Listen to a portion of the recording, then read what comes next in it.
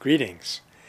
Recently, during one of the protests that took place in Yemen, a Yemeni who was going out to protest said, they cannot defeat us because we've left our guns at home. Now, this person had begun to understand nonviolence, and this is actually something rather new in our world, the way nonviolence is spreading everywhere.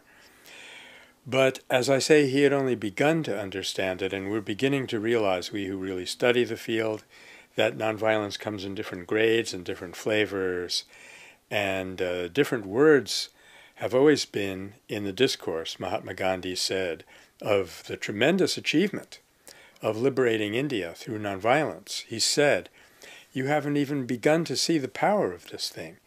He said, "So far we have seen the nonviolence of the weak, but I want to show you the nonviolence of the strong." So let's try to explore a little bit what he meant by that.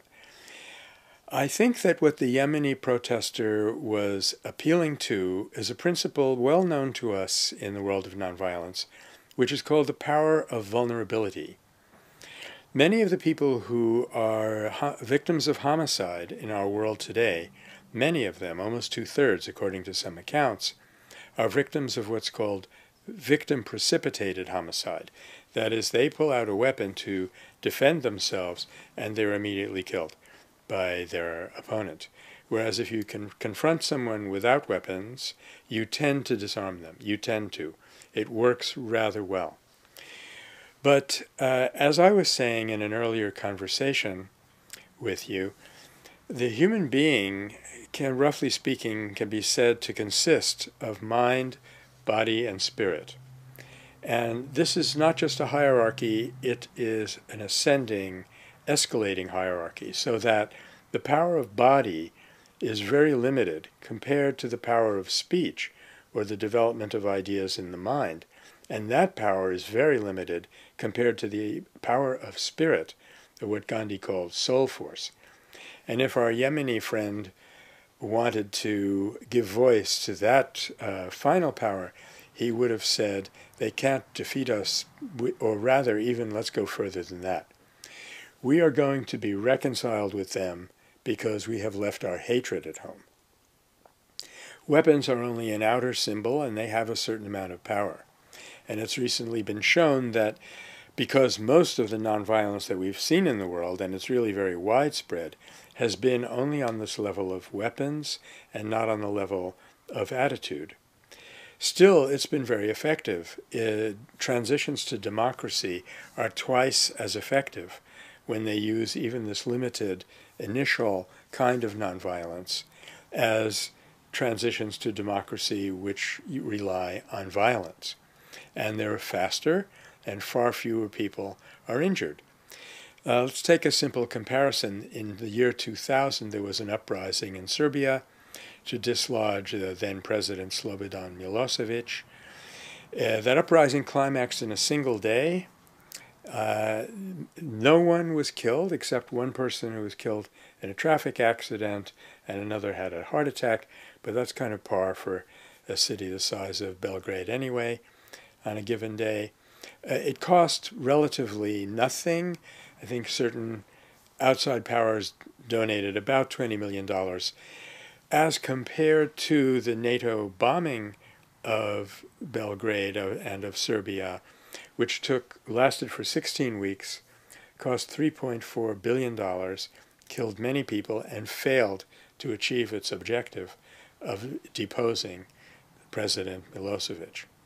So that gives us an idea of the amount of power of even this initial kind of nonviolence.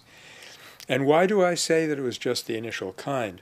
Because the protesters often carried placards which were very insulting to President Milosevic. Don't get me wrong, I was no lover of his, and I'm very glad that he's out of power. But I'm glad that he's out of power for his sake, as well as for the sake of the Serbs. So when they held up posters saying, "Gotov je, he's finished," or even worse, "Kill yourself, Slovo," they were not purifying themselves of hatred. The ultimate power of nonviolence comes from the conversion of a negative state, a negative drive, like anger or fear. When we refuse to act out of anger or fear, that anger or fear doesn't go away. Miraculously enough, it converts itself into a creative power. Martin Luther King said, "We didn't lead to outbursts of anger. We harnessed anger under discipline for maximum effect." And Gandhi went so far as to say that the biggest lesson he had learned, the supreme lesson that any human being can learn, is to conserve your anger. Anger conserved turns into a power that can move the world. So on the level of body, if we refuse to strike out at others and we don't threaten them with weapons, we're using an initial type of nonviolence. And there was a term for this that was current for a while. It was called strategic nonviolence. It means you're doing it because you believe it's a good strategy. You could be reserving the notion that if this strategy doesn't work, you will revert to violence. And it has happened on many an occasion. I think of the Sharpeville massacre that took place in South Africa in 1960. Some 69 people, innocent, unarmed people, were killed by the military and by the police. And the ANC, African National Congress, decided, well, we tried nonviolence and it doesn't work, so now we have to go back to violence. And it wasn't until many years later, when Nelson Mandela was released from prison and the ANC went back to nonviolent strategies, that they succeeded in getting their freedom. So, we're not saying that nonviolence of body doesn't work. It definitely works. Scientists can show that now. It works better than violence any day. And one thing to be said in its favor, it's much easier. It's much easier if you need to act quickly and you need masses of people. You're not going to get masses of people to overcome all the hatred in their hearts, to have in their minds the belief that the well-being of the opponent and their own well-being are congruous, that they will support each other. So that is one advantage. It's good. It's a very good tool for deposing dictators. You can mobilize people very quickly. You're not demanding much of them. But, as they say, no pain, no gain. What you cannot do with strategic nonviolence, to use that term for the time being, nonviolence of body, what you cannot do is create democracies. And we've seen this over and over again.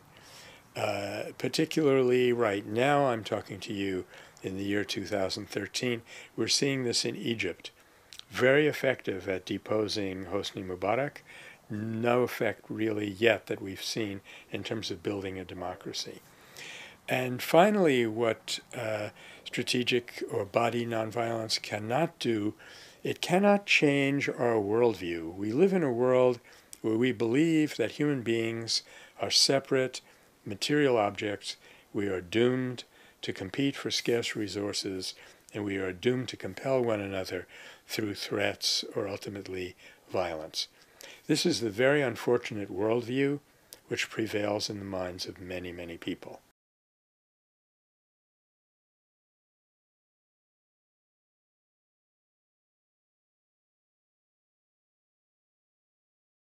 Strategic nonviolence doesn't really get very far in dislodging that worldview, embodying forth another image of the human being.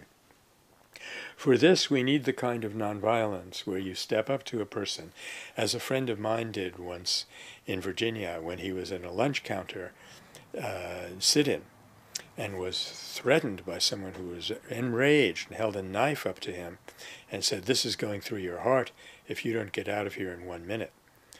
Well, my friend had been sitting at that lunch counter for a day and a half, mostly going through the Lord's Prayer in his mind, which I guess gave him a kind of strength. He looked at his assailant, looked him in the eye, which he said was very difficult because it was the worst look of hate that he had ever seen. He looked him in the eye and said, "Brother, you do what you feel you have to do, and I'm going to try to love you no matter what." Well, astonishingly enough, that person, his hand began to tremble. He dropped his knife. He walked out of the lunch counter. People who saw him walking out said that he was crying. which again is not terribly uncommon in a nonviolent interaction. So what my friend David did was, you can just imagine the enormous fear that had welled up inside of him, and possibly a great deal of anger also. But he decided, I'm not going to act out of this anger or fear. The conversion of those emotions, of that drive, into a creative force, which kind of happened automatically, engages a much deeper power, which sometimes we call principled nonviolence, because this is being done by people who are nonviolent on principle, not because they think it will work, but because they think it's the best way for a human being to be. So you can almost set up a kind of process or stepwise graph where nonviolence of body only, which has the advantage of being able to mobilize quickly and can do a lot in a negative way of deposing, counteracting violence. Nonviolence of speech, which is often carried out by nonviolent communication and mediation groups, goes a step deeper and can have a somewhat longer lasting effect. And finally, nonviolence of spirit, where you really convert yourself into a higher image of humanity and reflect that back to the opponent, is much more difficult to come by, but it's definitely possible, not only for a Gandhi or a King, but hundreds and thousands of people have been known to do this, at least temporarily, and when they do, they're really giving us what Gandhi called a harbinger, or a message that a new world is possible. Thank you very much.